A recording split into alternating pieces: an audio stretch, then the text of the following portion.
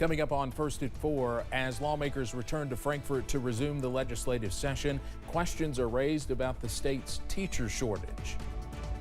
Plus, President Biden is set to address a divided Congress. We'll have more on what to expect from tonight's State of the Union address. Plus, ample opportunities for showers tonight and tomorrow as the system moves into the region. The latest breakdown ahead as Mountain News First at 4 starts now. Dedicated to Eastern and Southern Kentucky, this is WYMT Mountain News First at 4. Good afternoon, I'm Steve Hensley. First at 4, lawmakers return to Frankfort today to resume the 2023 legislative session. Among the major issues on the agenda, an ongoing teacher shortage here in Kentucky. That was the topic of discussion during a meeting by the House Education Committee this morning. Kentucky's Education Commissioner was joined by teachers and other groups who are trying to address why teachers are leaving the profession and others do not want to apply for positions. Education Commissioner Jason Glass told lawmakers the three main issues are pay, support, and respect. He says while there's been debate over how many vacancies exist at any given time, the state has hundreds, if not several thousand vacancies.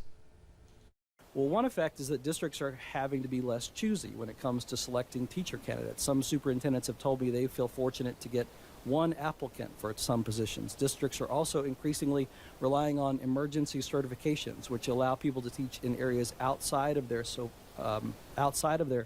certification to fill open positions. Now, another bill to watch in this session is one to make all Kentucky elections partisan. Certainly lots of issues to address in the next few weeks. We'll have much more from Frankfort coming up tonight at 6 o'clock. Twice a year, the Hazard Save-A-Lot hosts a Race Against Hunger food drive, asking customers to donate $5 to purchase a food bag. The Grandview Plaza location donates all of the proceeds to Bluegrass Care Navigators, ensuring hospice patients and families are fed throughout the year.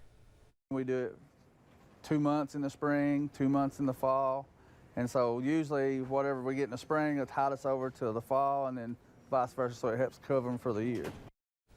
During the recent holiday food drive, 1,461 bags were purchased and around 5,000 pounds of food was delivered to Bluegrass Care Navigators, along with a check for $1,461 from Save-A-Lot to match the number of donations.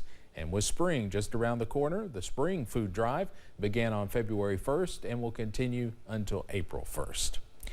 The executive director of the Housing Development Alliance in Hazard says we are in a housing gap when it comes to rebuilding after the flood. Scott McReynolds says they are anticipating federal funding from the Community Development Block Grant for disaster recovery. However, it takes about 12 to 18 months after a disaster before they can spend that money. We're seeing people moving into sheds and fixing up sheds as tiny houses. We're seeing people reset manufactured housing where the old one washed away, not because they want to necessarily, but that's all they can afford to do. McReynolds is still calling on state lawmakers to allocate money for rebuilding during the second portion of the General Assembly, which reconvened today. One Perry County printing business lost everything in the flood, but thanks to endless support from friends, family, and other small businesses, Graphic Impressions is up and running again. The business in Bulin lost everything, including thousands of dollars in equipment, all while threatening the livelihood of the business's owners and workers. Graphic Impressions owner Billy Moore says although orders are coming in, the company can only do 20% of what they were once able to do. We've got a 10-color automatic embroidery machine, which I found out to replace is over $100,000. I mean, we're trying to fix it, but you can't even get no help. And you tell the company that built it, you flooded, they won't talk to you. We ain't interested. I mean, I was actually told, we're not interested in helping you. Although things have not always been easy for Graphic Impressions staff following the flood, Moore says he cannot help but feel blessed because things could have been much worse for him, his family, and for the business.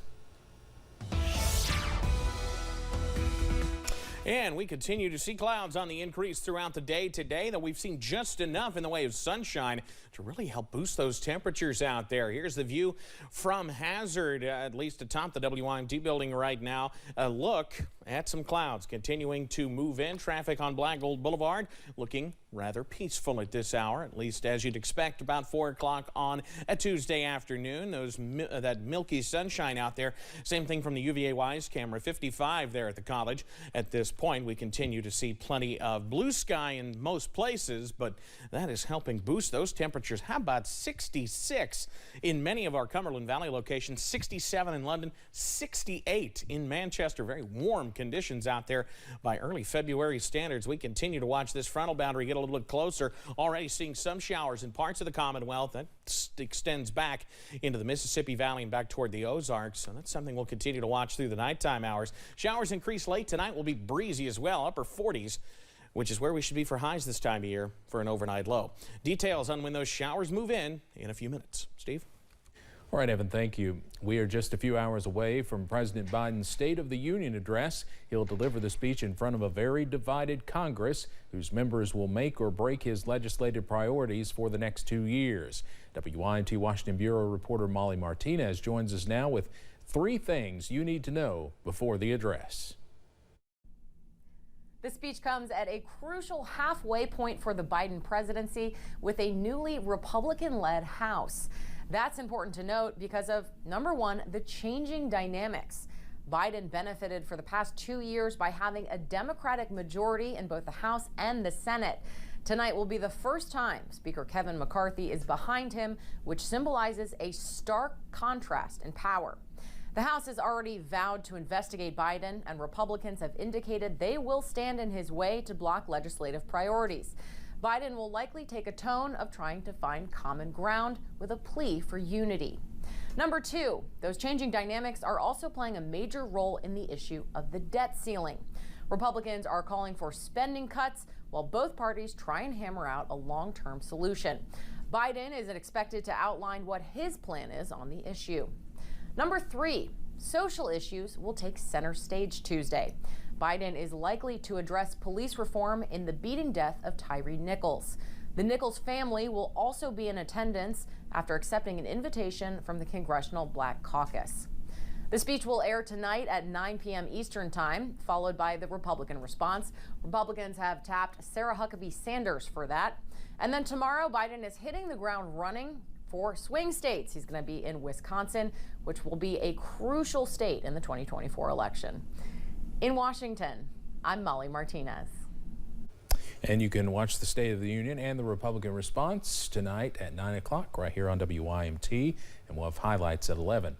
In the last several weeks, President Biden has highlighted bipartisan investments in infrastructure and what he says is an improving economy. Polling averages from Real Clear Politics says he faces the strongest disapproval from those polled with his handling of the economy, inflation, and immigration. But polling numbers show overall his approval rating is slightly up from last year's State of the Union address. I think the economy has some challenges, inflation being the biggest challenge. We also have a spending problem in America. Unfortunately, Joe Biden isn't serious about addressing inflation or our deficit. The one area that we need to focus on is reducing wasteful spending in the government. So that's an area that I hope the Oversight Committee can lead on moving forward. And again, the president's address scheduled for tonight at 9 o'clock. You can see it right here on WYMT. One of the items we'll be hearing about tonight is the new cost cap that's going into effect on insulin.